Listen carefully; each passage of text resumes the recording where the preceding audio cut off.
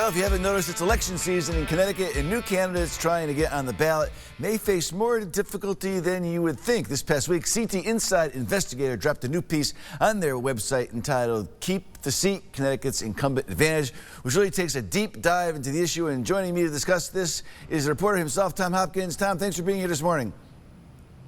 Thank you for having me. So, Tom, tell us, Tom, what's the real story here? Is it really so hard to run for office in Connecticut? Yeah, so this story came from a lawsuit in which the plaintiff claimed that Connecticut's ballot access laws were unconstitutionally burdensome. Now, to support his claim, he researched a report and filed it with the court, which showed that Connecticut has some of the most restrictive ballot access laws in the country. So the numbers bear out that, yes, it is really that difficult to run for office in Connecticut. Well, but, surely incumbents have faced primary challenges before in Connecticut, so it's not like impossible for challengers to get on the ballot. So what is the history here, and what are some of the numbers? Sure, it's not impossible, and no one ever claimed it was. What the lawsuit was saying was essentially that the laws in place now limit who can run, namely wealthy people with political connections. Now, the numbers from 2020, the incumbent primary rate in Connecticut was just the incumbent primary rate was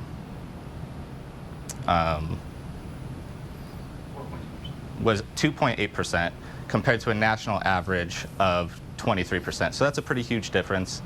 And Connecticut holds the distinction of being the only state in the country that has never had a U.S.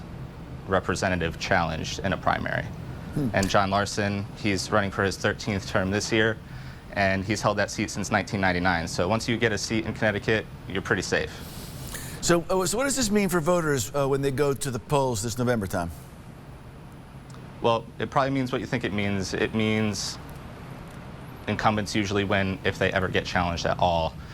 And for voters, it means less choice when they go to the polls, and less progress and less addressing of the problems we'd all like to see changed in Connecticut, and general maintaining of the status quo. So the court challenge was dismissed, but what could the state do to increase voter choices and ballot access in the future, Tom? Well, Connecticut consistently ranks at or near the bottom in terms of primary competitiveness every year. So Connecticut could look to literally any other state in the country for inspiration on how to solve that problem.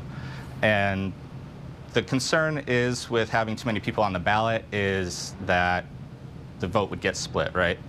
And a good solution to that would be ranked choice voting.